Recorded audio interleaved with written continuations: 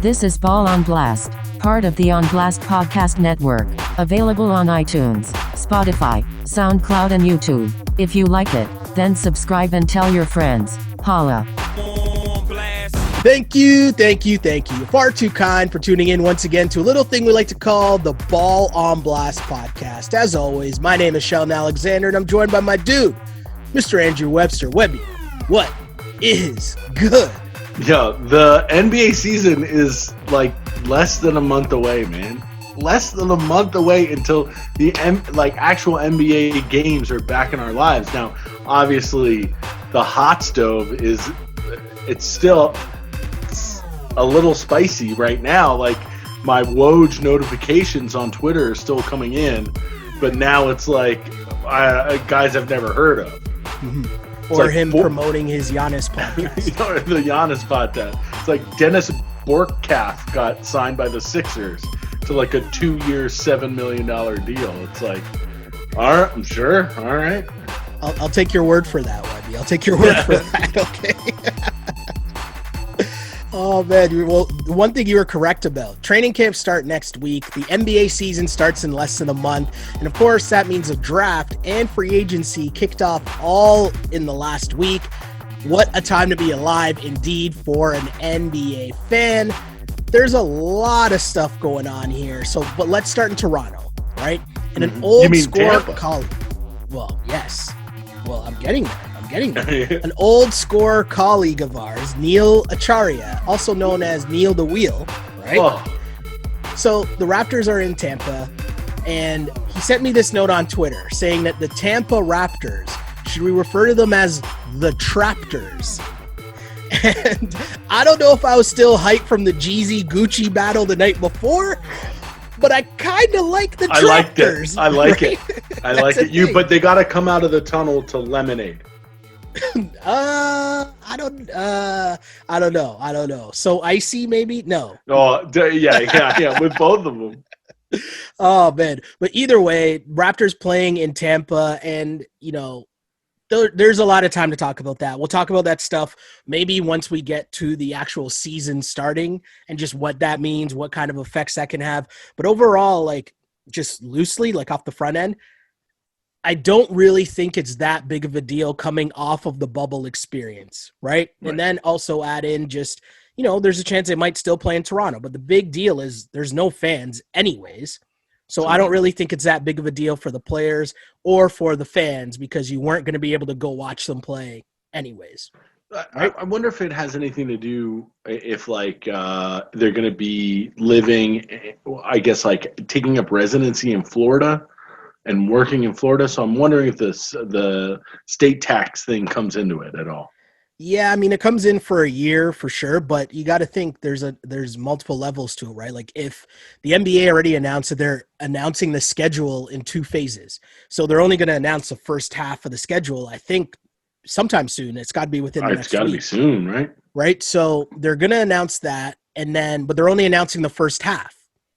And the assumption is, depending on where things are at with COVID, with vaccines, with, just the state of society, there could be a scenario where the Raptors end up playing back in Toronto. Right. So you don't really know how that's going to play out. But at the end of the day, you understand why it's happening, obviously, as, Ontario continues to be kind of a crazy place right now where dudes are arguing over their barbecue stand, their shop being open. Yeah. I don't even want to say too much about that to give that clown any more pub than he's already getting here.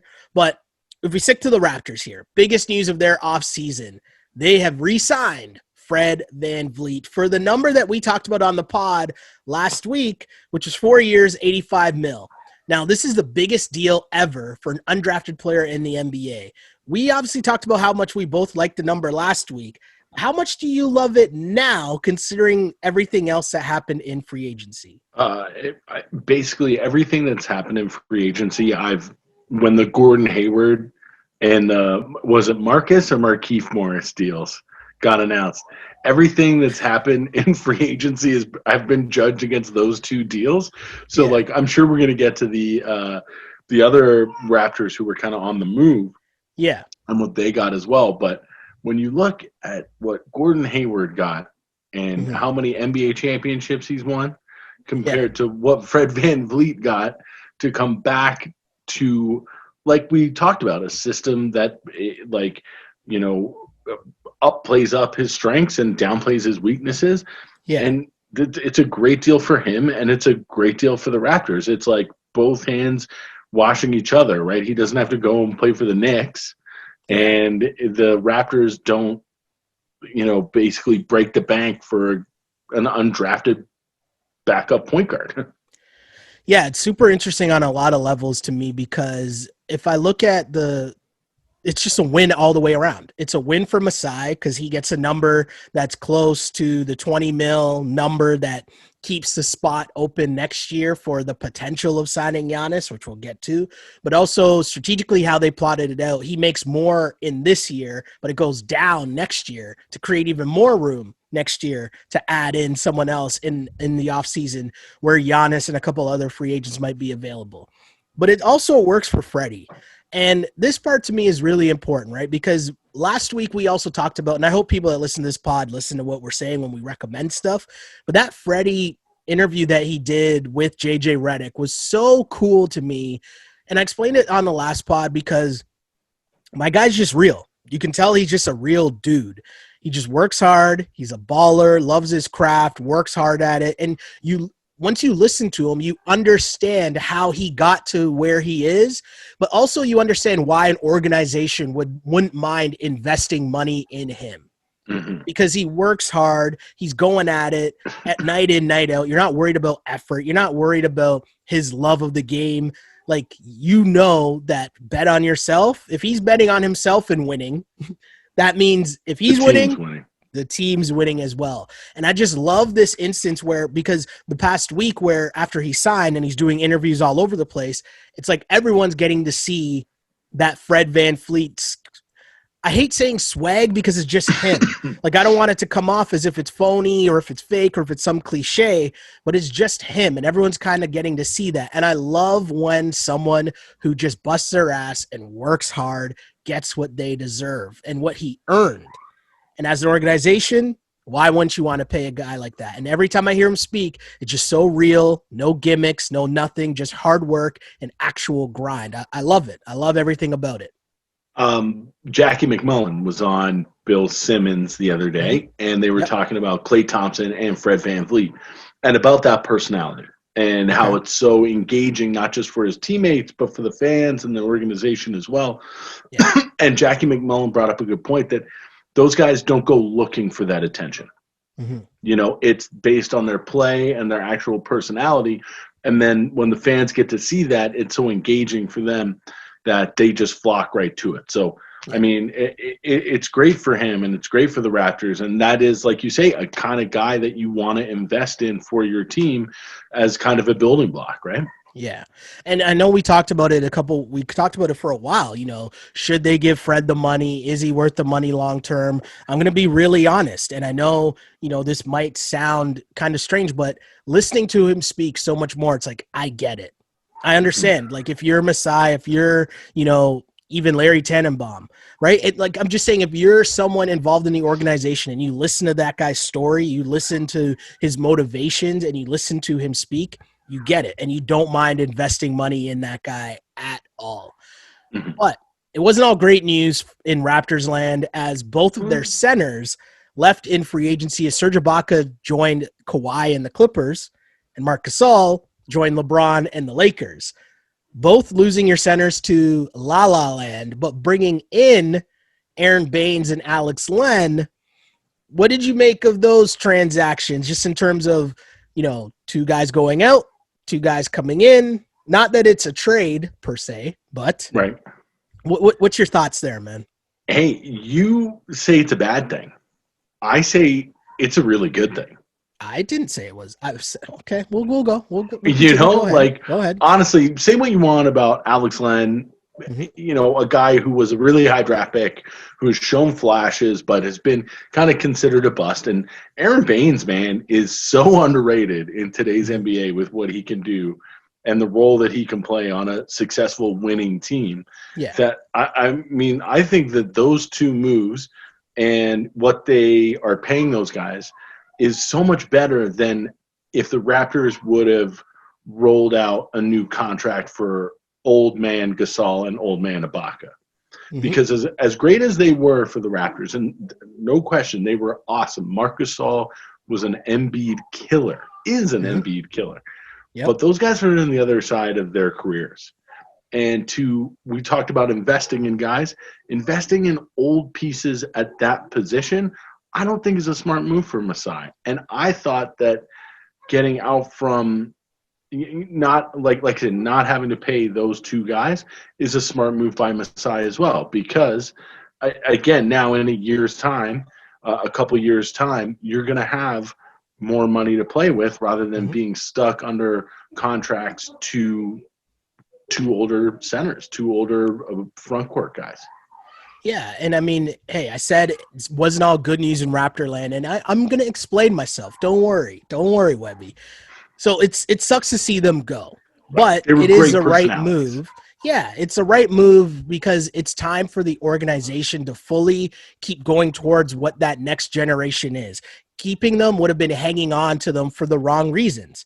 And having Aaron Baines as opposed to Serge Ibaka or Marc Gasol, that's not changing like the trajectory of the team. It's not like if they kept Serge or Marc, then the Raptors are in the top tier of the Eastern Conference, right? Like that's not what this is. Right. So losing them, it's more just what this signifies in terms of the championship just being further in the distance. And I know it's not that long ago. I know it's only 2 years, but it's just that sad part, that sad notion of, the memories. And you know, I posted that picture of Marc and Serge screaming as they hug Kyle, and like that's going to live forever, right? But it was a more sentimental. It was more nostalgia. That's what made it sad and sucked to see them go. But you get it.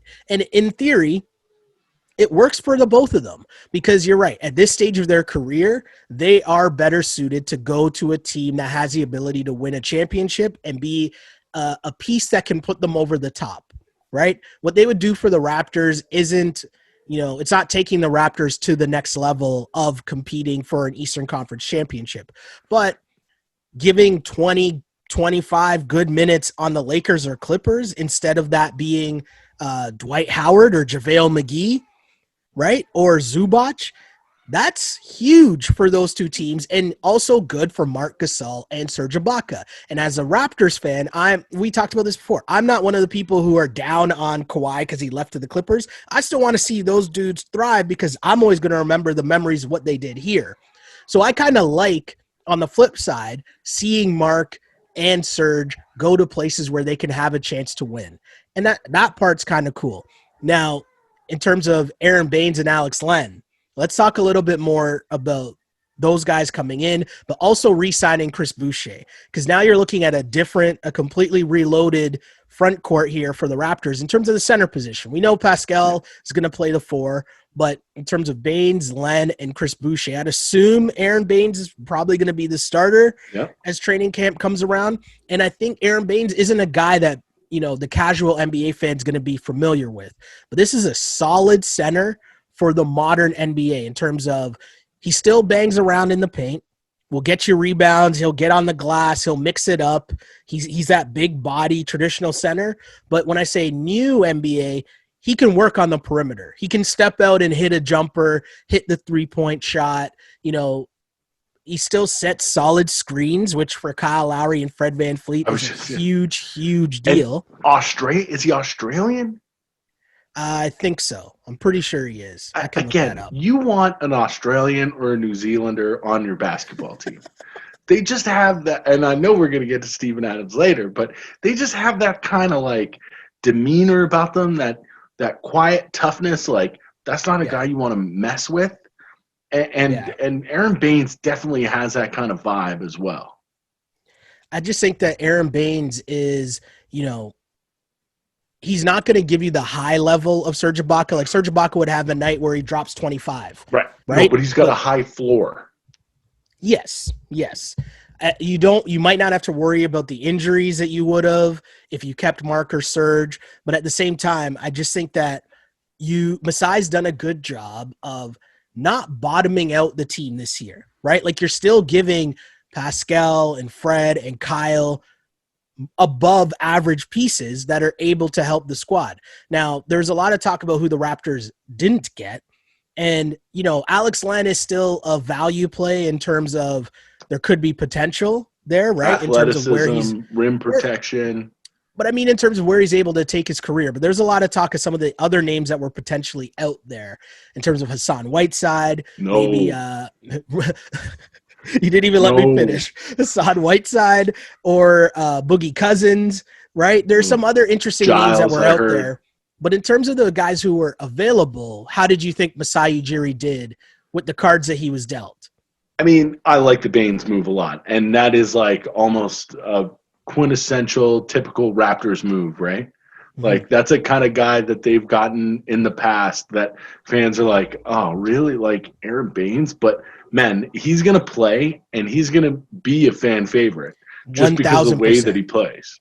Now, 1,000%. Alex Len, I don't know.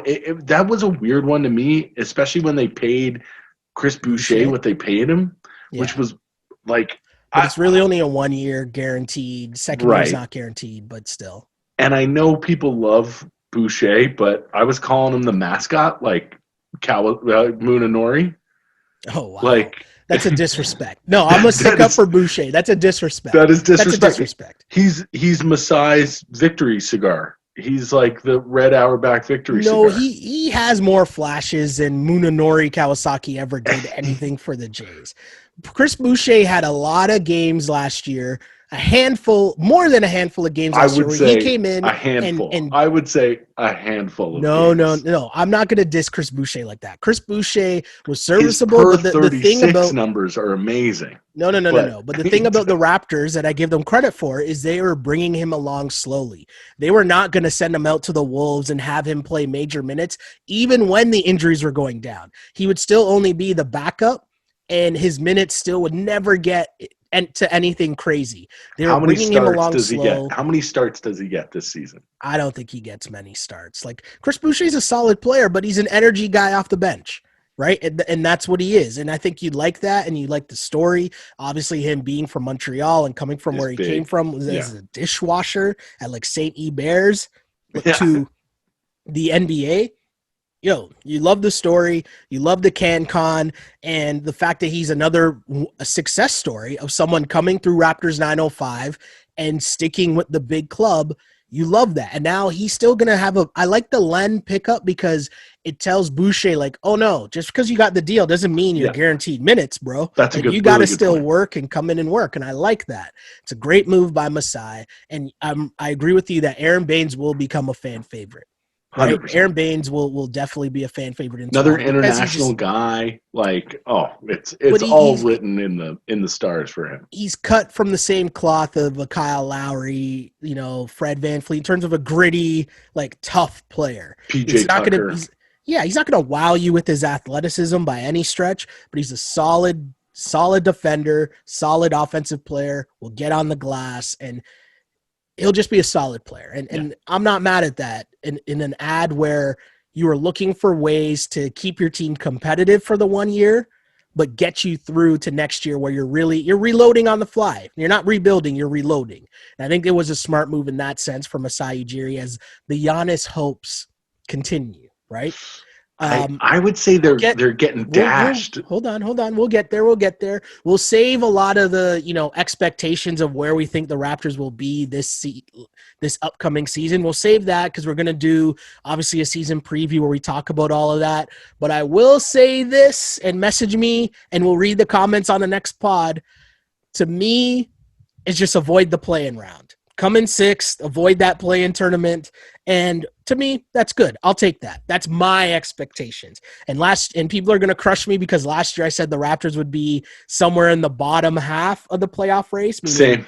5, 6, 7, 8. I did too. This year, hey, we'll see what goes on. But again, we will discuss that on upcoming episodes. But let's keep things moving with terms of the offseason storylines. And the biggest news still to be resolved is Giannis, and will he or won't he sign the Supermax in Milwaukee?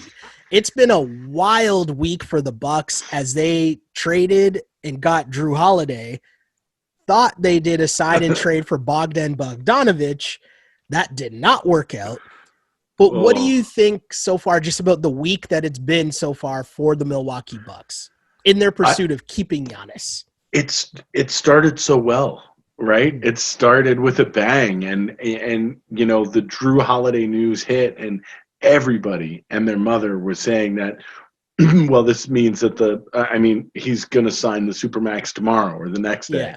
And then the Bogdanović news of that sign and trade happening, and it's like, wow, okay, so they paid a lot for Drew Holiday, but they're obviously serious. They're obviously going to make a few more moves here. Mm-hmm.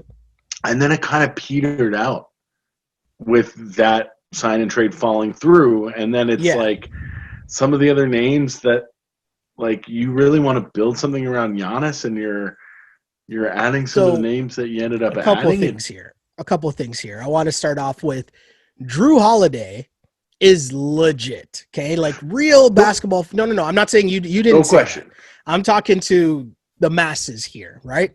If you don't know, Drew Holiday is legit. And people look at, he hasn't been an all-star since 2012 or 2013, I think it is. Whatever it is. I want to bring up a couple things. Do you know how difficult it is to make the all-star team in the West as a guard over the last decade? There's Klay Thompson, Steph Curry, Chris Paul, Russell Westbrook, James Harden, Dame Lillard. Right? Like, think about how difficult it is. So saying that you're not as good as those guys for the last 5 years, that's not really a slight to me. Now, if Drew Holiday coming over to the Eastern Conference is a different story if we're talking about all-star games and making the all-star game as a guard. I'll say that without getting too deep. But Drew Holiday is a great two-way player, great defensively. He's an upgrade over Chris Middleton. And if you think about Chris Middleton being your second-best player, I don't really like that. Chris Middleton being your third-best player, we can talk. And for Raptors fans who might not be aware, Drew Holiday would be the best player on the Toronto Raptors. I don't know if people understand. Hands down. Right? I don't think people fully understand how good Drew Holiday is. And then now the position that he's going to be in, because he's dealt with injuries. He dealt with a lot of off-court things in terms of missing. What was it? A season, maybe a season and a half because his wife got really sick. And it's just like, there's a lot of things that happen that now you put him in a position where he's paired with Giannis and Chris Middleton with a chance to win an NBA championship. I would assume, and a contract year, my guy's going to be super motivated. But he's really good. People need to understand that. And Drew Holiday is really good, and his advanced metrics are amazing. His defensive capabilities are awesome, and he knows how to lead a basketball team on the court. Mm-hmm. But I don't question you there. What I do question is giving up the first-round picks and the pick swaps, okay? So here's the thing. If Giannis isn't signing on that dotted line by the time you make that deal, then your ass is in the wind, as my dad would say. I disagree because those are super valuable, man. If he doesn't sign, you're going to be in the lottery. But I don't get what people – as long as he signs by December 21st, that's all that matters. Like, you don't need him to sign yesterday. You don't need him to sign December 18th or 19th. Who cares when he signs? As long as he signs. It's the only thing that matters. If I'm a Bucks fan, the only thing that matters. If I'm a Bucks fan, I need him to have signed yesterday. No, because the closer we get to December 21st, not only that, but we've seen this play out before last year or 2 years ago with Anthony Davis, where he signed the Supermax and then still asked to get shipped out of there. But we know that was a completely different situation because LeBron and Rich Paul were involved.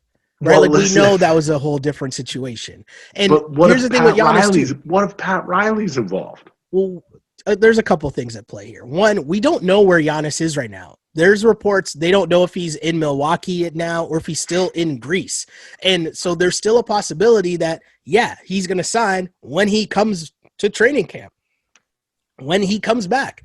Like, that could be a thing that happens, and then we're all sitting here like, oh, so I guess he was always signing the whole time. Nope. There's just too many things going on that make no sense to me, because here's the thing, right?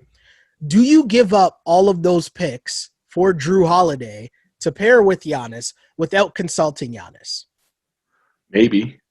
No, you don't do that. They without don't. Consulting You just Giannis. told me they don't. You just told me they don't know where he is. No. You can send him a text and be like, we're thinking of getting Drew Holiday to see if he likes the deal or not. Yeah, but of course he's going to say different yes. than, hold on, that's different than sitting down and signing a contract. That's completely different than signing your life away for the next 5 years for the most money you and your family have ever made or seen in their lives. Well, first of all, what's he going to say? No? No. Of course he could say no. And then who are they going to go get? Who knows? Maybe they sent him options and he pitched it. We don't know. Because the thing that we do know, hold on. The thing that we do know is that when the Bogdanovich trade happened, we know, because it's been reported by Brian Windhorst, that they talked. Bogdanovich and Giannis talked after that happened. So, and they were both happy about the deal. But Bogdanovich didn't end up going. I know, which we'll get to in a sec. We'll get to that in a sec. Remind me about that, because we'll get there in a sec. I'm telling you, but the point if of I'm what a Bucks fan, I'm super nervous. The point of what I'm making, though, is that, of course, Giannis has been involved in all of this. And the fact that Giannis and Bogdan have talked is part of what caused this whole thing to fall through. Because the NBA and these people who have been complaining about tampering, meanwhile enjoying all of the juice and gossip every time tampering takes place, right? Like, those people mad at tampering, like, go find another hobby or something. Like, who cares, right? Like, who is tampering really hurting? Like, did tampering stop Anthony Davis? Like, if you remove tampering, was there a chance Anthony Davis would have stayed in New Orleans instead of ending up on the Lakers? No, it doesn't change anything. His agent is Rich Paul, who is also the agent for LeBron. Like, you're not stopping tampering. So all that happened is, and I really think that we might not ever know the truth, but I really think what happened was the NBA, after making such a huge deal last year about the tampering, and remember, the Clippers got fined how many times for what they did with Kawhi and following him around when he was still on the Raptors. Right? They're at the ACC watching games. They're like in hotels on the road. And the Raptors are like, what's going on here? How do they have staff at all of our games? So they complain about tampering. We know the Clippers got fined multiple times because that happened publicly, right? Doc Rivers got fined for his public comments as well. So we know that on the record, tampering was a thing that was brought up. We also know that because it leaks out and becomes a media story, that clearly behind the scenes, it was something that the NBA wanted to make it seem as if they're taking a hard line stance and saying no more tampering. So they implemented all these rules. They made all these press releases last year about tampering has to stop. That was last year. And then the following off season, the very first thing that happens big news wise is there's a sign-in trade a week before you're supposed to be able to talk to free agents. And he's not even a free agent. He's a restricted free agent, making it an extra level of tampering. They can't have that happen. They can't have that happen because publicly it just makes you look bad. So I don't know if this was some David Stern. Yes, I'm saying David Stern's stealth backdoor move where they're just like, yo, this deal's not happening. We're not making this deal happen. Like, this deal is void. It's not happening because you guys violated the rules and it was tampering. So this deal is not. There's been so many worse cases of tampering or alleged tampering with bigger stars than Bojan Bogdanovich. Well, I don't think that was in Two things. One, if it was a bigger, doesn't it make more sense that they would do that for Bogdanovich and not like Anthony Davis? But my point is that was in the past. They did it with Chris Paul. Now. Chris Paul and who? The Lakers. No. I'm talking about now. Oh, you're talking about I'm saying last season they made this huge deal. Tampering has to stop. Tampering is a thing. It's bad for the league. It's bad for this. Blah, blah, blah, blah. Adam Silver was making press conferences about it, doing interviews talking about how we need to stop tampering. We're looking into it. We're investigating this. We're investigating that. And then the first offseason after, the very first big move is blatant tampering. where we know that Giannis and Bogdan have talked before he's become a free agent on a sign, and you guys have even worked out a sign and trade, right? And who's really complaining in that? It's not the Kings, because the Kings wanted the offer. Yeah. So it's other teams around the league obviously complaining because they didn't get a head start, because they were probably waiting to start their bid. But either way, Bogdan is not heading to the Bucks, and that leaves the Bucks in a weird spot right now. And are you worried, with all that said, with all the chaos we just mentioned that's going on with Milwaukee, do you think that Giannis is not signing with Milwaukee? No, I think Giannis is going to sign, but I think he's going to leave in 2 years.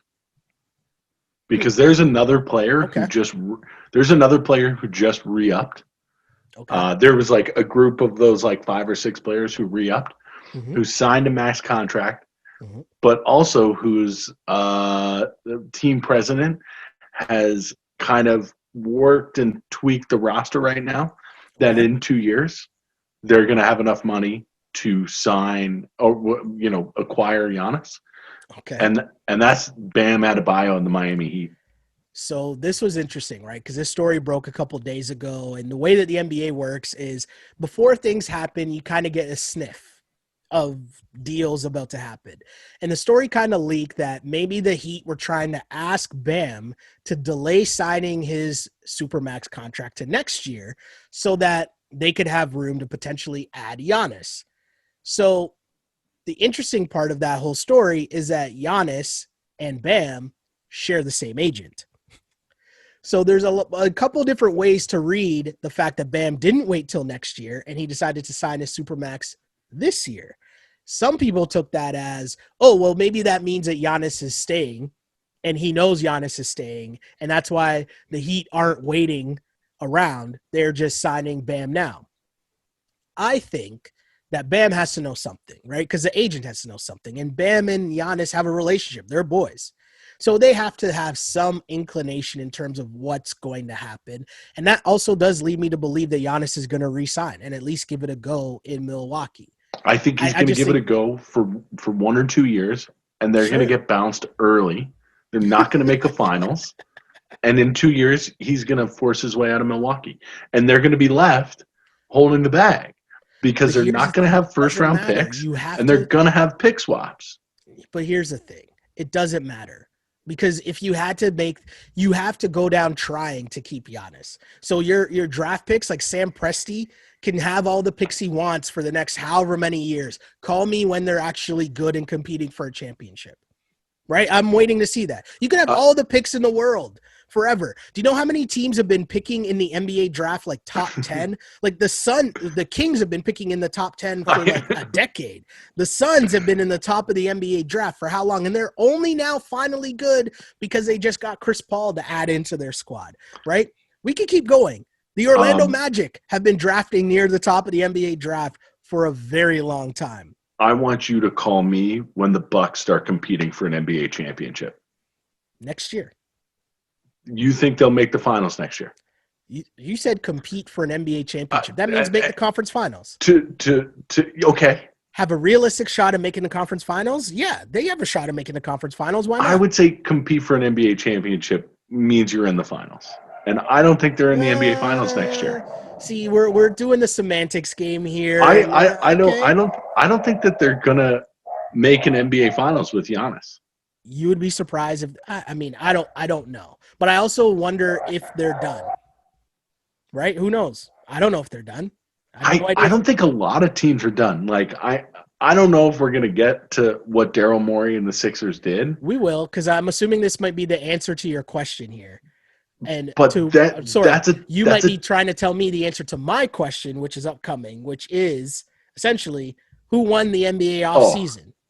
I wish if we had traded for Harden right now, I would be saying the Philadelphia 76ers, but it's the Lakers. It's the Lakers hands down. Okay. They took 2 guys in Dwight Howard and Rajon Rondo. And they turned them into 2 of the top bench scorers in the NBA last year, in Dennis Schroeder and Montrezl Harrell. Yeah. They took And listen, like I was on this podcast for months about how much I love Rondo, and I'm going to get to the Hawks soon. But taking those two pieces and turning them into two of the best bench guys in the NBA made that team even better. Like made the NBA champion even better. So I'll say this on paper, yes. Turning Schroeder and Montrez, getting Schroeder and Montrez for Rondo and Dwight Howard for sure. I totally get that. Adding Marc Gasol for JaVale McGee, There totally. you go. On paper, great. Turning Danny Green into Wes Matthews, okay, sure, there's another whatever, sure. Same guy. And keeping KCP and Markieff in their bench roles, like the Lakers bench is legit. Can't knock that. I can't wait to watch Marc Gasol and LeBron play together. It's going to be kind of insane from a passing basketball nerd standpoint. Like that's kind of going to be very cool to watch. But that's on paper. And hey, the Lakers, like there's no arguments, right? Like the Lakers roster on paper, cool. That's it. I still have questions about what's going to happen in crunch time come playoff time, but there's so much time before we get to that. Like, I don't get what Montrezl Harrell did here because you went to join the Lakers to come off their bench, right? But how often, like, don't you want to close games? Like, he closed games on the Clippers. Yeah, Will but he close games on the Lakers? He couldn't close games in the playoffs. He couldn't play against Denver. Well, I mean, like forget closing games. He couldn't play against Denver. I mean, like I like Montrezl Harrell. I like what he can bring to your team. I love the energy. Kind of proving my point here. Which is kind of like it's good moves for the Lakers, but is it really like? Listen, this is why I was kind of confused why they kept Markieff Morris. Yeah. Because isn't Montrez basically a rich man's Morris twin? I mean, I guess Markieff is more like Markieff could play the 3, whereas Montrez can't. Montrez is probably going to play more 4-5 as opposed to Markieff would be more 3-4, kind of, sort of. But that really all depends on LeBron and AD, right? And bringing in the centers helps AD play the 4 a lot which more, is what he wants to do during the regular season, right? Now, the other thing with Montrez was what's the numbers of his contract? It's like I forget what it is, but it's not very much. 2 years, 18 or something like that. It's Chris Boucher money. Here's the thing, but he obviously just took less because he wanted to stay in LA and also, still compete for a chip. Now, I don't know if I look at what the Lakers did and Rob Pelinka, for sure, like it's great on paper, and I think they did it. And you have LeBron James, so whatever. But I think that LeBron James and the bubble covered up a lot of potential issues for the Lakers. And no, LeBron James is great. Like everyone, I saw all these memes, right? There are all these memes going on over the last week about how LeBron James is way better than Michael Jordan as a player and as someone putting together a team. And it's like, that's because LeBron James gets to put together a team with LeBron James on it, right? Like if Michael Jordan was putting together the Charlotte Hornets, but Michael Jordan in his prime was playing on the Charlotte Hornets, you know what? The Charlotte Hornets will be pretty good, right? So I'm just saying LeBron is still at a level where he's that good that he covers up a lot of things. And I think that Rondo, we saw late, especially in the playoffs, correct me if I'm wrong, I think Rondo did the same thing. Rondo, to me, proved that he covered up a lot of the errors in their rotation, but also in their game plan. When things just broke down, he knew I'm just going to run the pick and roll with AD, and you can't stop it, right? Because you're either going to try to help on AD and I'm going to take the layup, or you're going to try to switch on to me and I'm going to throw the lob to AD. That's just like, I don't know if Schroeder can do that when need be. I don't know if I'm going to need to see it. And I would say that Schroeder can give you more than just running that pick and roll. And honestly, like, it's weird how similar Rondo and Schroeder are. Okay. In their temperaments.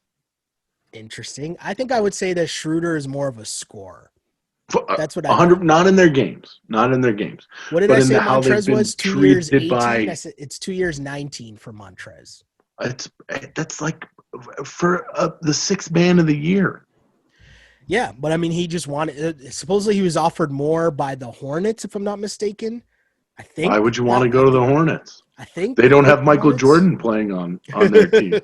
He's got LeBron James playing on the Lakers. In terms of who won the offseason, and this is my fault for getting too far into the weeds of what's going to happen in the season. Will they win the championship, this, that, and the third? Because the question was who won the offseason, and it is the Lakers. You're right. They made the best moves. They upgraded their bench while retaining their core, obviously.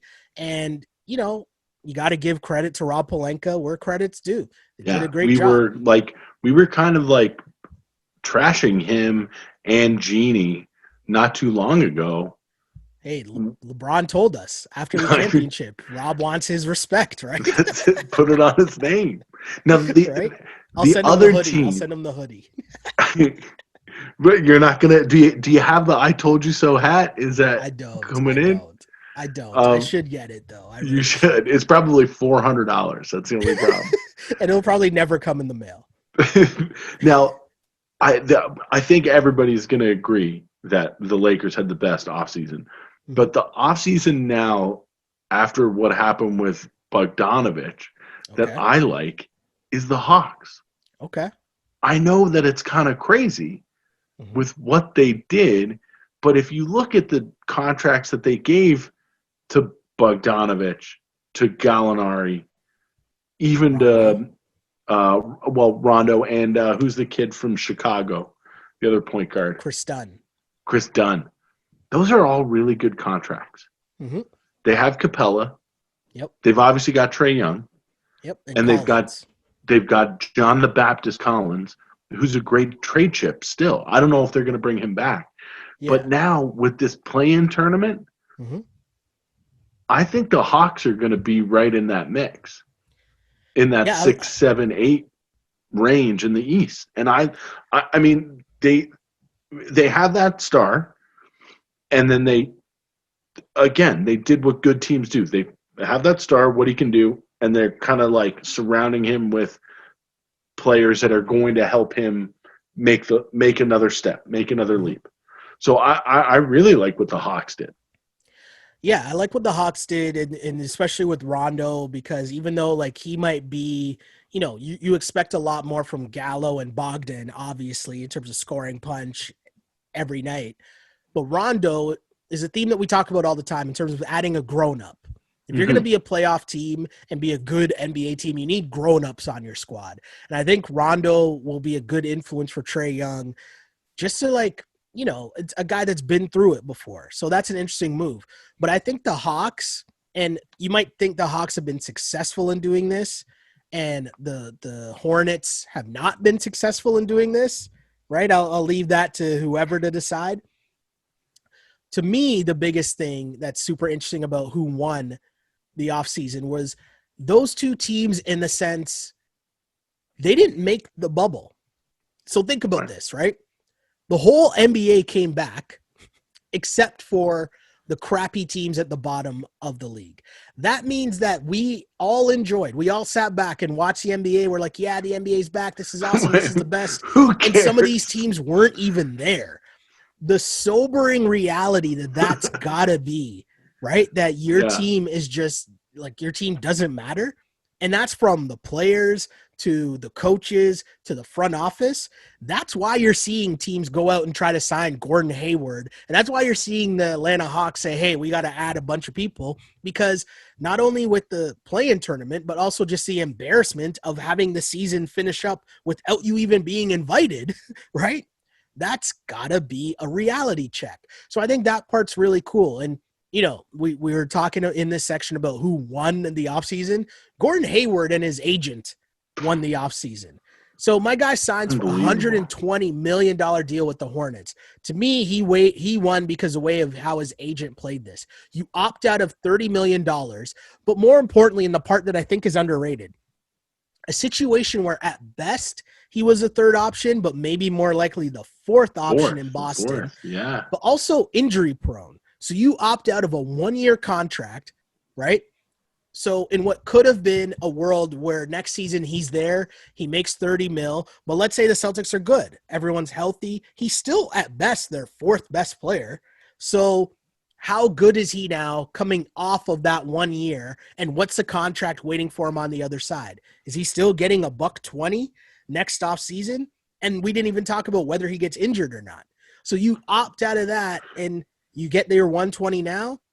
I'm not mad at that at all. And Charlotte isn't like, I don't know if Charlotte's going to be good. What's good anymore when you can make the play-in tournament as a 10th seed, right? I don't know what that means, but I like the swings Charlotte's taking. I like that they took LaMelo. I like that they went and got Gordon Hayward because he's a grown-up you're bringing to a team that, tried to do that with Nick Batum and he was unplayable. You know what I mean? So you make a good point trashing too. the deal, but what else are they supposed to do? It's Charlotte. Like, what free agents are you really getting in to come to Charlotte? You make a good point, too, with Rondo, and you can make it for Hayward, too, is that it's an adult. Yeah. Like, it's a guy who's been through the ups and downs of playing in the NBA who you hope maybe LaMelo can learn a bit from. But the other thing was the agent must have known that the Hornets were going to give him this deal. You don't opt out without having an inkling that something's waiting for you on the other side. Right. And then the other one was that the Hornets gave Hayward a qualifying offer back in the day. Yeah. When he was a restricted free agent. Yeah. When he was a restricted free agent, they offered him a deal then. So maybe they wanted him for a while. Maybe he loves North Carolina. I don't know. Maybe MJ loves him some Gordon Hayward. Okay, right? Some other teams we should mention in terms of the good moves, the Blazers adding Robert Covington. This is a sneaky move because the Blazers, if we were all paying attention to what the Blazers were doing down the stretch and what they're capable of at the end of that season, but we know that they were torn apart by injuries last season. Mm-hmm. So if you're saying you bring in some added depth in terms of easing the load on CJ and Dame Lillard, where you're getting a healthy Nurkic, but you add Covington, you add Enes Kanter, Derek Jones Jr., Harry Giles, plus you're getting Zach Collins back healthy, plus Rodney Hood and Carmelo. I'm just saying you have guys in terms of who can play in your rotation that's not like Mario Hezonja getting minutes. Like you're just adding depth. Because Dame Lillard is that good, he just ran out of gas because you have to do way too much, and he had to play on both ends of the floor. And if you're adding Covington, he's a guy who, as you know Covington's resume, just a solid guy defense. That fits in on a good team that has other star power, but he just hit open threes, play defense. That'll be good. I didn't mind that Covington move, but it's the Kanter and the Derek Jones Jr. moves that I didn't really understand. It's just bench guys. Those guys, they're so specialized and can only play in certain situations. It's just, again, I guess I remind you that they were going to Mario Hezonja. Yes, Mario Hezonja was getting minutes. For legit minutes on their bench last year. He was getting legit minutes. So that's just, I'm not saying, and again, they just need depth. That's what they need. Dame Dollar is ready. He's ready to take that leap. They just need some depth behind them. Also, the Suns. Suns also got to get a boost because they added Chris Paul. Yeah. And Jay Crowder. Much like Covington, just under the radar guy to be that piece to play defense and shoot the open three. But interested to see what the Suns do. And the West is a problem. I know everyone's talking about the Lakers and not going to get too much in the weeds. Again, we'll save this for our season preview, but the Clippers are still going to be nice. Blazers, Suns, Nuggets, Mavs, all coming up. That's going to be legit, man. It's going to be legit. We talked about, Philly still waiting to make a move. The Clippers are another team that it's you could see in the next couple of weeks before the season actually starts. They've got some pieces that they can try and flip into something big. Yeah. And so as we flip over we talked about the winners. Those were the winners. We're going to flip to the biggest losers of the NBA offseason. And a team that we didn't mention that we've been used to mentioning in terms of the top of the Western Conference the last few years, the Rockets. I think the Rockets are the biggest losers because I know Not they yet. still hold Not on, yet. but I Yeah. think they are, because even though you still have James Harden and Russ on your team, you're lowering what the ceiling is, because even if they stay, them being unhappy is not a good look for your franchise or your organization, or just like, how is that going to be a positive environment? You knowing that they want to leave, but then keeping them, right? Like, how is that? Like, you're not going to convince them to magically stay. And especially in this world where NBA stars find ways to force their way out of situations. I don't know. And you know, what they get? Christian Wood, Boogie Cousins. Nice. Like, Christian Wood's nice though. I'm not denying that, but that's not enough. That's not enough for that team. They need more. They didn't have enough last year, right? They didn't have enough last year, and that was their problem. But I don't know. I just think it's a weird move, and it just seems like we talk about good and bad organizations. What we're learning is a Houston Rockets owner, like, their issues start from the top. Yeah. Is what we're learning. And so it just seems like a horrible offseason as we continue to find out kind of the gong show that's going on there. And I think one of the funniest moments, because we still don't know what's going to happen, or, you know, if the trade is going to go down with Harden getting shipped out of town, or there's now Russ and John Wall rumors and all that floating around. But the funniest thing to me was, in the midst of all these rumors flying, James Harden going on his Instagram stories and posting a picture of him removing a bottle cap and putting it on the table. And the breakdown of NBA Twitter trying to figure out, what does this mean? Is he saying cap or no cap? No cap or Oh, so good. It's so good. I love the NBA. But who's one of your losers of the NBA offseason, man? I hate to do it, but it's got to be Detroit, right? It's like, what are they doing? I don't know the product that they're putting out there. I thought the only way I can think of that this makes sense is they have a move coming, right? Like, that's the only thing that makes sense, because there's no way. Okay, so you draft Isaiah Stewart, right? Which is a solid big guy that you take in the draft. Solid. It seemed, it's a weird seemed draft. like it seemed like that was kind of a reach. Okay, fair. But let's play as if we're Detroit for a second. Okay. So let's play as if You we bring in think the big that he's guy. good, right? We think that he's good, so we draft a big guy, right? Whether they reach or not, that's later to be determined. But in the moment, on draft night, they think we drafted a big guy that we wanted. Cool. Then you sign Mason Plumlee to $8.3 million and Jahlil Okafor, which, okay, sure, I don't get that. Jeremy Grant is good, but I'm still confused with how this fits in with the rest of their team, because they still have Blake Griffin. And there's still Blake Griffin rumors floating around about him for Russ maybe. Who knows what's going on there? Yeah. It's just strange. And I just think there has to be a move coming, because otherwise it doesn't make sense. They, again, like in this game of musical chairs, they may be caught standing up with this team that they've put together. Also, too, when, as you mentioned, they could have just signed Christian Wood. They could have just re-signed him. So I really don't get what's going on here. I really don't get it. Other losers, though, the Warriors. And but Klay Thompson. It's brutal for Klay. But I thought the Kelly Oubre thing was smart. Yeah, I mean, let's be honest, though. That's a smart organization, right? So they didn't panic or do anything like, you know, quote unquote crazy on draft night, like, you know, panic trade the number 2 pick for whatever. They selected the best player they had, the guy on the board, that made sense to them. Yeah, right. So they take Wiseman, cool. Then, you know, Klay goes down, and they end up getting Kelly Oubre, which obviously he's not Klay Thompson, but that's a good starting wing in the NBA. That's a solid move. That's a solid pickup. Now, And they have him for 2 years. So you get to kick the tires on them. Do you want to re-sign them? Can you say they totally tank out? Maybe they can trade them, you know, whatever. Like thought it was smart. Well, this is going to come down to, I mean, what their season ends up being is going to come down to, I know this is going to sound a Steph Curry slander, because it is, but is Steph actually going to play this season without Klay? Or is he going to sit out the whole season again? I'm just asking a question. I don't know the answer. I'm asking the question. I'm just asking. I love it. Hold on. Facts. Show Steve me the Kerr, lie. Show me the lie.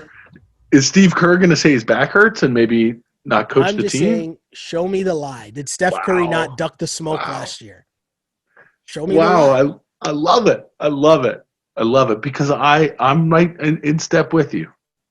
So he's a coward. We'll see what happens this year. We'll see what happens this year. And Steph Curry, I mean, you still got Draymond, you still got Wiggins. Who knows what that means? But Wiggins is there. He can get buckets. I'm still reeling. No, I want us this Warriors team should still compete for the playoffs. No. 100%. I would say that they should be, even without Clay, if this team is as good as we've been told they are for the last 5 years.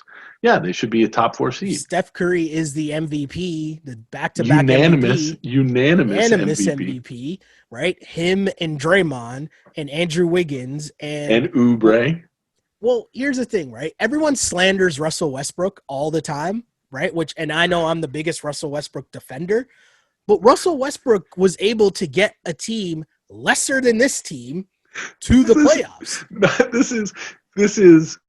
This might be hotter than my Giannis take. No. It might be. Stop this. It's been a little while since you've gotten. Hold on. This isn't a take. It's been a while since you've gotten this reaction out of me. Listen.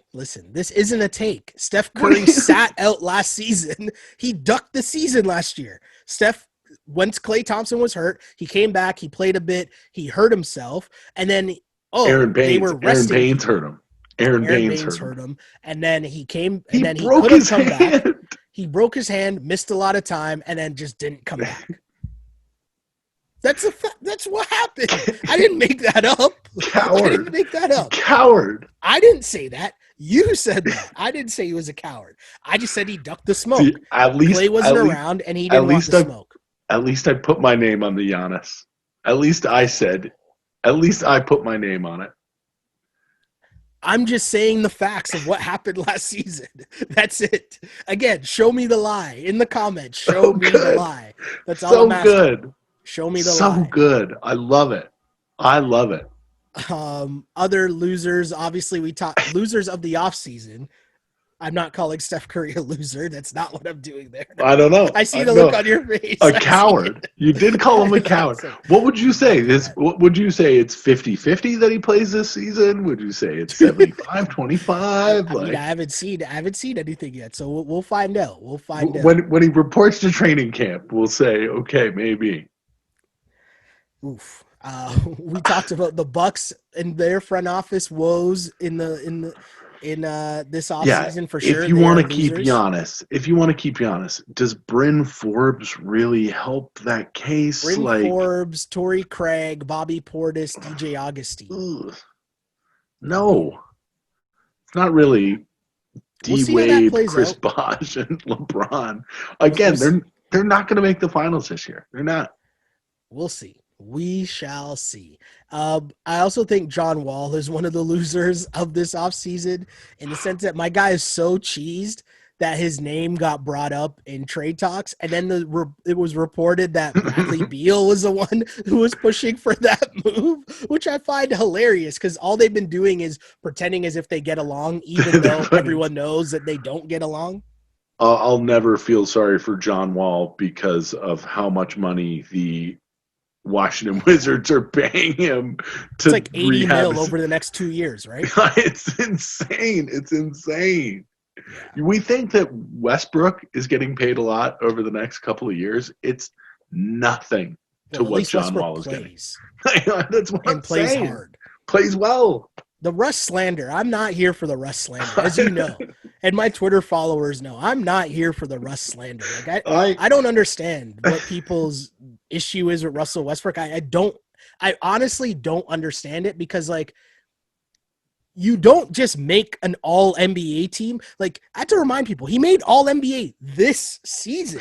Not and people are like, he's washed, he's this, he's that. I'm like, all-NBA, they don't just give that out to nobodies. They don't just give that out to scrubs. You were one of the best players in the NBA this season. And people are like, nah, he's washed. Okay, sure. How many All NBA teams has Westbrook made compared to Curry? I'd have to go look that up. Uh, Well, Steph wasn't on it last year because he didn't play. Might not play this year. Who knows? We'll see. We'll see, So- right? So good. Either way, a great NBA offseason for sure. So much going on in training camp, training camp about to start next week, which is going to be crazy. And of course, training camp is going to be even crazier for the rookies who, a very condensed offseason as the rookies are going to jump right into it. But that brings me to draft night. And I just want to ask you, what stood out to you the most from draft night? Was there a moment or a thing or a pick or anything that stood out to you the most that you want to bring up from draft night? Let's cool it with the family stuff. Oh, okay. I know we're in COVID times. I know that we didn't have a full college basketball season. But if you're going to do this, and you're going to have every pick, like, hey, your dog died when you were 8. Mm-hmm. How did that affect your journey to the NBA? If you're going to do that, can we have a couple of different broadcasts for the NBA draft? And I think I'm stealing this from somebody. I've heard this. But it's like, you know how they do the national championship game? Yeah. No. In college football? They were talking about this on, I think it was The Ringer. I think it was Simmons and Russillo, maybe. Was it Russillo? I think so. Do that. Like, have the coaches breaking down film of the thing. And then have the human interest stories on another channel. And because they did that for, I think, the NFL draft. Not this year because of COVID, but I think the NFL draft on ABC is all like the sappy stories, like this is a hardship. And then on ESPN, they have like breaking down the actual players and the team they're going to and team needs and all that stuff. Because for me, this season, it was like I didn't watch a lot of college basketball. There wasn't a lot of college basketball to watch. Yeah. There was no tournament, which is like where you kind of really get to know these kids and their style of play. So I was really like, I mean, for some of these picks, I didn't know a ton about them, like their games. But now I know about their second cousin who, Yeah. But and then the other big one was the Sixers pick was the best pick in the draft. Which one, Webby? Which one? The kid from Kentucky. Okay, Maxey. Did you hear what Calipari said afterwards?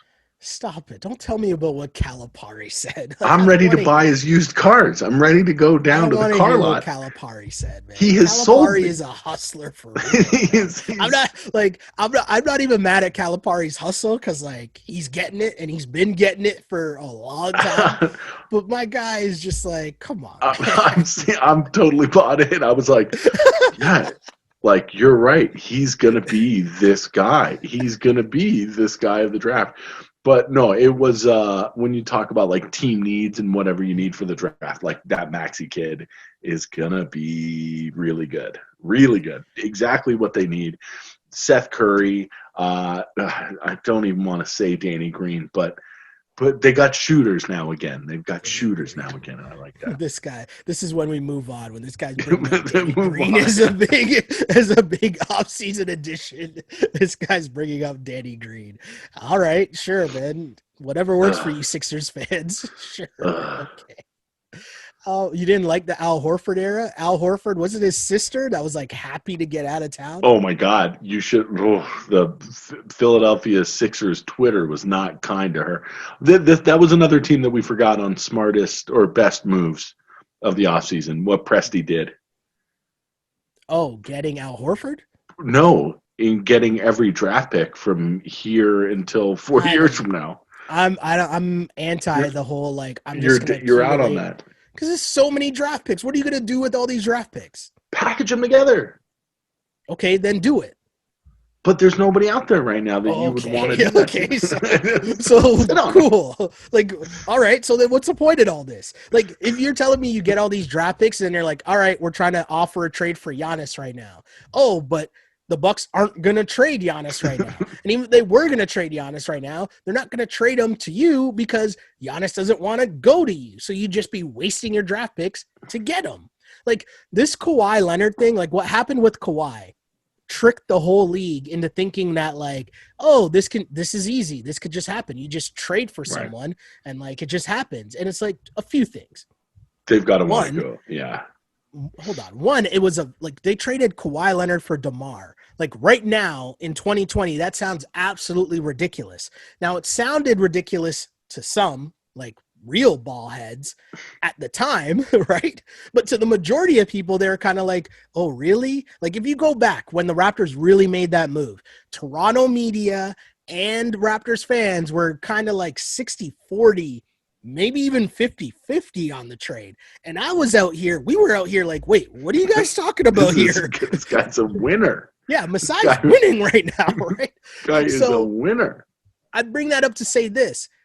You needed the perfect storm of Kawhi coming off an injury, Kawhi wanting out. But then also on top of that, you make the trade for Kawhi to come here. You already have a team that at least he's coming in and being like, all right, I could work with this. And they figure it out. But if you're doing that and you're OKC, like what is your game plan? Like you still need so many other pieces. Like you need to hit on some of these draft picks. You need some of these draft picks to not be from the Bucks or from the Sixers, who are meaning your picks are going to be in the 20s, right? So like whatever, miss me with all that. Call me when he hits on some of these draft picks. Okay, all right. He already has. You know what? He hit on Shea. Do you know what's fun? No, he traded for Shea, right? He traded for Shea. But here's the thing. It's like, remember when the Paul George thing happened and he was like, scared money don't make no money? Remember they had the meme and he had that on his board? Accumulating all these draft picks, that's scared money. That's scared money. Yeah. That's scared money to me. Yeah. Speaking of scared money, though, I guess we'll go to our Ask on Blast segment. I think we got to. Because, I mean, Ask on Blast, we normally talk about whatever's going on in the pop culture world. And there was one thing in the past week that I think, to me anyways, was the biggest thing. Huge. 2 million people. It was crazy. 2 million people on IG Live, and then millions more on Apple Music watched the versus battle between Jeezy and Gucci. Now, there's a segment of the population, and it was funny because I thought about, like, first off, anyone that follows me knows I love Jeezy, right? If you follow me on Instagram or you follow me on Twitter and you followed me for a long time, you probably know that I love Jeezy. With that said, I'm pretty sure I caught a lot of people off guard with just consistent tweets when this was happening when was it? Last Thursday. Not that I cared, because you could easily unfollow, but it made me think for a second. There's probably a lot of confused people right now because a Jeezy and Gucci versus battle is only really a segment of the population. And then if you're not in that segment of the population, you're going to be like, wait, what is going on right now? Right? Because, like, I'll set the scene, right, for the people who might not have seen this. And I think by now everyone's familiar with what the versus battles are, right? But this one was a little different because it was at history. Magic City, first off. The world-famous Magic City, recently made famous by Lou Williams. Shout out to Lemon Pepper Lou. Lemon Pepper Lou. But there's history between these two guys, as you mentioned, right? And the history is these guys go way back in Atlanta, and there is, legit beef. Like, there was a murder involved. Gucci went to jail. Like, there's a lot of real life shit that happened between these two guys. Now, the reason why it was supposed to be T.I. versus Jeezy, but I think they tried to, or from Jeezy's point of view anyways, they thought it would be better for the culture to show a level of growth if he was able to come together and do this with Gucci. They thought it would be a more powerful moment for verses if they were able to pull this together. So, and again, I can't emphasize enough, like, the real nature that this got to in terms of, they were on a track together, and then there's arguments over what went down. And from Gucci's side, if you listen to this, and I'm going to use the word allegedly a lot here, but if you listen to things from Gucci's side, they think that Jeezy sent people to have him murdered. And what happened instead was the people who tried to murder Gucci got murdered and Gucci went to jail, but ended up getting out for self-defense. So there's like a real history. And to let you know how serious it was, because the term beef track or diss track in hip hop gets thrown around a lot. But this was real, like real. And that and diss it track. started with Round One, which at first I wasn't familiar with the song Round One. I'll be honest, I was not. So when it came on, I was like, oh, this is kind of a cool way to start, right? You're hearing the chorus, and then you're like, okay. And then he got into the track, and I was like, oh, this is where we're going here. Yeah. And that kind of caught me off guard. What were you thinking early on going in, but also just the mood, the tone that was set right off the bat? So I didn't realize that T.I. had been switched out for Gucci until like a day or two before. Okay. And I was like, how is this going to work? Because, listen, Gucci's got like a huge street following for sure, Mm-hmm. but I couldn't name you 3 Gucci songs. Yeah. And that's one part. I'll let you finish in a sec, but I think the one part to explain to people is Gucci is much more like the mixtape rapper, right? Like that era of the early 2000s, a mixtape era. Gucci is one of the kings of that era. Whereas Jeezy went the more mainstream level, obviously got signed to Def Jam, and we know more of his hits because of that. But in terms of the streets, in terms of the people selling that out the trunk, right? Like selling the mixtapes and CDs, that's Gucci has a whole section of the fan base that is super passionate. People were hitting me up. Our boy Memmi was hitting me up being like, Jeezy's getting killed right now, right? But it's just a matter of how much you were into the Gucci mixtapes. Right. So, but when I heard that it was T.I. was switching out for Gucci, I was like, this versus is really already over. Like, there's no way that anybody who keeps these scores is going to be like, well, I mean, Gucci played this when Akon and Young Jeezy came on. Like, so it almost like this versus, you say it was, a step to squash beef and that was the attempt. That's what Jeezy wanted to do. Yeah. But it seemed like there was morbid curiosity. Like, are these two going to fight? Or is something going to happen? Like, even on my phone on Instagram, there was like real tension. And honestly, I was like, people were talking about it was on a Thursday. My whole time thing is all switched around being here in Mountain Time. And I turned it on right as Gucci started round 1. Yeah. And I was like, holy shit, he's saying this. He's saying these things. He's rapping these things right at Jeezy, who is 10 feet away. And there's a lot of things we got to describe too, just the setup of all this. Like, there was a stage that was shaped in an H, and I think it was purposely set up that way with like, you couldn't really walk across to the other side. Like, they were clearly on either side, 2 thrones. And on one side you had Gucci's camp and his squad behind him, and on the other side you had Jeezy and his squad behind him.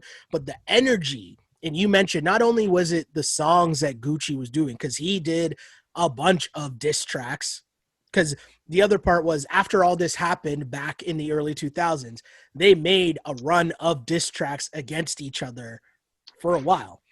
And you would wonder going in, like, wait, is Gucci going to play the diss tracks? Because some of them, like, it's not, there's no PG version of these diss tracks. Like, it's straight to the gut, like just straight violence being talked about.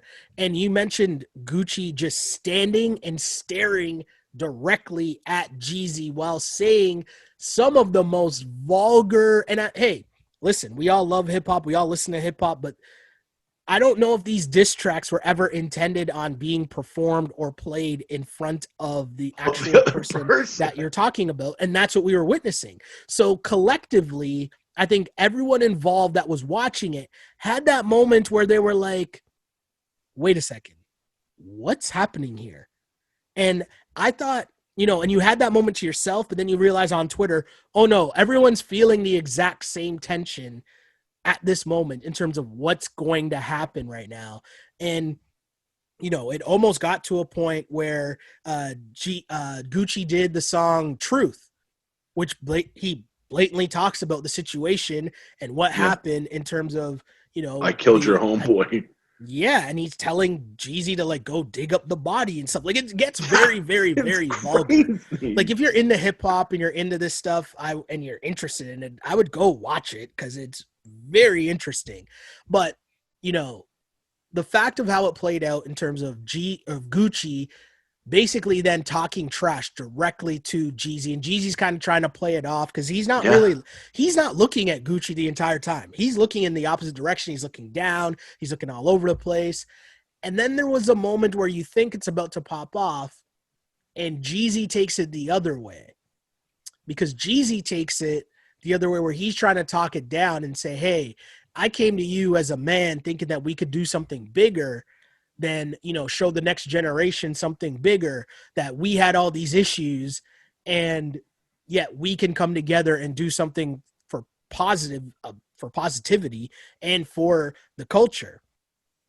And that I thought was a very interesting moment, because in a weird twist, I can see it from both sides. Like Gucci was like, nah, fuck that. I said if I was going to do this, we're going to keep this street. Yeah. So I'm going to play these tracks. And I thought it was interesting. And I'm not sitting on the fence here at all. I just thought that was really interesting from both sides because I can see it from both sides. Do you know what I mean?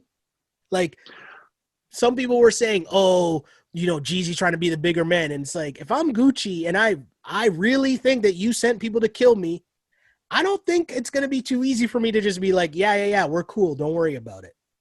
Exactly. Yeah, right? Exactly. And if you're Jeezy, you can't be surprised that Gucci would come up and play those tracks against you, because he had to know. He had to know. Obviously, he knew. Like, if you have a snake on stage with you, it's going to bite you. Like, that's what a snake does. Gucci, being that street rapper, having that kind of rep, getting his tape sold out of the back, that's what his MO is. It's not like he's going to come out and play hits. He's going to come out and play the hard stuff. And that hard stuff is directed at you. Yeah. No, for sure. It was super real. It was super interesting to see. And, you know, at that moment, I was thinking, oh, like, Gucci's not backing down. He's like saying, nah, fuck that. I told you. He's actually said, I told you I was going to do this. And the only way I was going to do this was I got to keep it street. And I kind of understand that. I get that for sure. And, you know, I applaud them for both being able to make their own points, right? Like in 2020, it's very rare that we see people disagree on a situation and be able to like continue along. Work through it, yeah. We don't really realize in 2020 anymore that you're allowed to disagree with each other and still progress. And I think that was something that we saw there. And, you know, obviously it was plotted out that at the end they were going to perform their hit that they had together that started the whole beef in terms of So Icy. That was pretty cool. That was a thing for the culture. And overall, it was just an amazing night. And I think I love these things so much because they each present something extremely different. Like this thing started with Stacey Abrams, right? Delivering a message trying to get people to vote for the runoff elections in Georgia. Yeah. Right? Like that's how this started, the Georgia runoff elections, right? Like she came on and delivered a message. And in fact, Gucci was like, can you clear my record? He asked her, right? Which was just hilarious. But think about that, right? Like the highs and lows of that whole night. And I think the fact that you can do all that is an important message because you know, you have someone like Stacey Abrams and coming in and saying, hey, no, we need to vote because this, that, and the third. But like, I like that moment because it's showing you that it's not a singular thing. And culture, Black culture, hip-hop culture, it's everything, right? And that's what these versus battles have shown us because we've had the John Legend and Alicia Keys, right? There was Patti LaBelle and who was it? It was Patti LaBelle. Donna Summer? No. Gladys Knight. Glass right? thing. That's right. But like, you've seen all these things to just a straight hip hop ones that we keep talking about. Wasn't RZA. there a Kirk Franklin one? Wasn't there a gospel one? There was a gospel one, right? And I just Yeah. think like this has been such a cool thing, and figuring out new ways to use different platforms, but bringing together the music and the culture. And it's such a good business. Both of them, both Jeezy and Gucci, had mixtapes that dropped at midnight right after this happened. And obviously all their songs get streamed Yeah. after it happens as well. I loved it, man. I loved it. I don't know what the next one's going to be, but this one's going to be hard to top. This one was honestly like, yeah, and I hope they don't like devolve into like, oh, we got to get the two guys who hate each other up there. Yeah, I don't need that either. No. Nah. Because But like this Snoop one and DMX was fun. Yeah, Right? Like exactly. that was fun. Yeah. No, Exactly. I'm with you. Keep it fun, but also, like you're right. Like the coolest part about it isn't that it's just two rappers against each other or whatever. It's all about like all the levels of, like you say, the culture, right? Yeah. Yeah, I thought it was dope. It was definitely a night for the culture. Definitely really cool to see. And, the music, man, like Jeezy, I say this again, man, like Jeezy hits different, and you either kind of get it or you don't. Hey, like, Right? man, that shit it's so good. Track one, hustler music. Side one, track one. Right? And it's just like we talked about it last week. He could play Thug Motivation 101. And I think half of the songs that he played in the battle were off of Thug Motivation 101, which makes sense. Like that is just such a classic album that you were either there and in it at the time or you weren't. Yeah, right? Or like there's no by. And it hit at like 23 at age 23 or however old I was, and it was just like, oh man, like it was just so big. You know how everyone has one of those albums that you probably had like 3 or 4 times because you kept having to buy it back because you would either lose it, lend it to someone. Stolen. Yeah. But like that album, I think I've had like 2 or 3 of those albums just because it's like, oh, you left it in your friend's car or something. Like it was always just something. But Thug Motivation 101, whoo. And I still bump that now. Yeah, that is legit in the morning when I need that extra. Sky's the limit, man. Let's go. So there's a few albums, like I'm on Spotify now, right? So there's a few albums that like when I'm building a playlist, like, I've got like rap playlists, I got classic whatever. But that's one of those albums that like the whole album goes on the playlist. Yeah. Right. It's like, okay, so it's all of that. It's all of Illmatic is on the rap playlist, like the whole thing, every track. I just need it all, right? Like there's no one or two that I can pick out. I think I talked about this before on the pod too. The thing about Jeezy is that like, you think about it's all street and selling drugs and whatever. And I get that. And I'm not that's why it's awesome. No, but I'm saying like I've never sold drugs. Right. This is what I'm trying to say.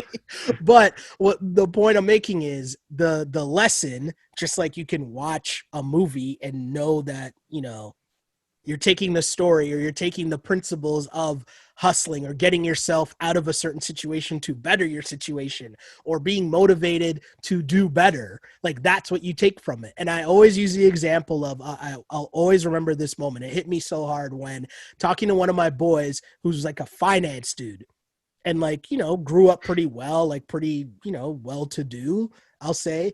And we were talking about Jeezy and he's like, oh, I bump Jeezy all the time. And I was like, it kind of caught me off guard, right? Because like, I was like, oh, okay. And he's like, what do you mean? All he talks about is waking up and getting money.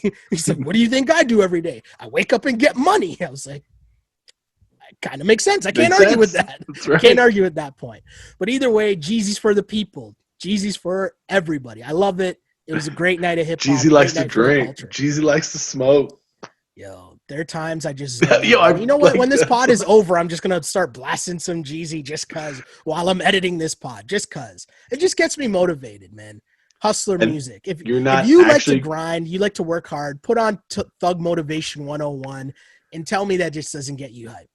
And don't worry, people. Sheldon is not actually going to mix the Arm & Hammer with the Coke, okay? It's just metaphorical. It's metaphorical. It's It's metaphorical. What was it? He's like, I only talked. He's like, I got friends that they don't drink Pepsi, they just sell Coke. Yeah, Like, yeah. oh, come on, Jesus. So good. And it's like, it's not what he's saying is anything crazy. It's not like crazy wordplay or crazy dramatic or crazy like complex, but it's just the energy. Yeah. Right. And then every once in a while, it's the crazy beats behind him too. Like some knew of it that was production over is crazy. when Gucci tried to play something from Drake.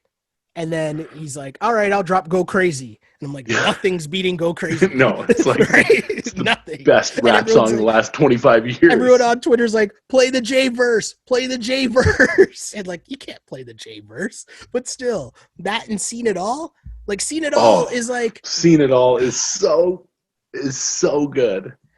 We could go on forever. And, the message here, kids, is right after you listen to this podcast, head over to Apple Music or Spotify or whatever it is and find the Jeezy Essentials mix, right? I know that's what it's called on Apple Music, but whatever it is on Spotify, do the same and enjoy. Educate yourself. Get hype. Get motivated to do better in your life, to push to whatever your goal is in life. Sky's the limit. That's the message here. Love the message. That's the perfect way to end this week's podcast. Yeah, man. End us on a high note here. Webby, where can the people find you if they want to get more Jeezy recommendations from you or, your basketball insights as training camp is right around the corner? I'll tell you, if you come to my Twitter page, my Twitter feed at @AWebster84, when Steph Curry reports for training camp, I'll put a picture up. I'll put a picture of him reporting to training camp, and I'll put at Sheldon Alexander on it too. Listen, again, show me the lie. Someone in the comments, just show me the lie. Could Steph Curry have played last season and then did not play last season? That's so good. Show me the lie. That's all I'm saying. It's all I'm saying. And when you show me the lie, or you're trying to show me the lie, you can find me on Twitter at Shell Alexander, on Instagram at Sheldon Alexander. And of course, thank you for liking and subscribing to the podcast. Remember, this is Ball on Blast, part of the On Blast Network. We also got our football pod up and running. We got a brand new episode up, giving you your picks for not only the Thursday night Thanksgiving games, but all of Week 12 in the NFL. It's football from a gambling perspective. We're not just here trying to give you like the one line, like take this team because blank. No. We come in with the thought. I come in with the thought and we break it down. We dig deep. We give you the little insight that involves more than just who's on your fantasy team. Tell you, why the Ravens are struggling. It's because of their injuries to their D-line and their O-line. That's why Lamar looks different. It's not because Lamar Jackson is bad all of a sudden. No, it's because one of the best offensive lines has been ravaged. We're giving you the insight. We're dropping some knowledge and trying to help you win some money. If you're going to make the bets, at least educate yourself. And that's all we're trying to do. Trying to help the people. Just like Jeezy. Right? Just like Jeezy. See how it comes back around? See how it comes back around? But yeah, like and subscribe to that. That podcast is on the On Blast Network. That show is called I'll Name This Football Pod Later. Again, shouts to my guy Joe Budden, who I stole that name from. But it's an homage because he reps for the creators, and I'm a creator. Hey, listen, if he has a problem, hit us up. Come on the pod. We could argue. Come on the pod. Oh, man, this is too much fun, man. We'll do this again next week as training camps open up. Yeah, season previews. Season previews coming soon for sure. Preseason. There will be actual preseason games to watch very soon. That's fucking crazy. That is crazy. But we'll be right here to chop it up and bring that to you, as well as everything else that is going on in the world of the culture and everything NBA, because that's what we do here. As I always say, I used to pray for times like this to rhyme like this. This is the Ball on Blast podcast. As always, unpolished and unapologetic. Until next time, see ya. Peace. This is Ball on Blast, part of the On Blast Podcast Network. Available on iTunes, Spotify, SoundCloud, and YouTube. If you like it, then subscribe and tell your friends. Holla.